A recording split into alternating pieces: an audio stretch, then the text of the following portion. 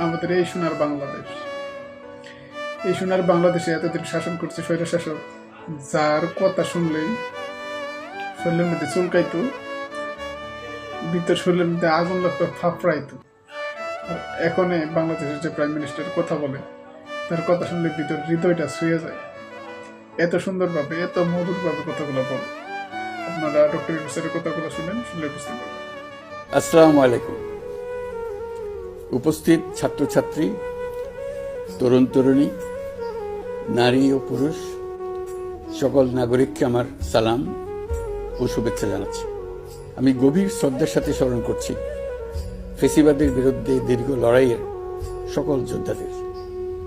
বিশেষ করে অভিবাদন জানাই জুলাই গণ অভ্যুত্থানে শহীদ হওয়া ছাত্র জনতাকে, যারা আহত হয়েছেন, চোখের দৃষ্টি হারিয়েছেন, যাদের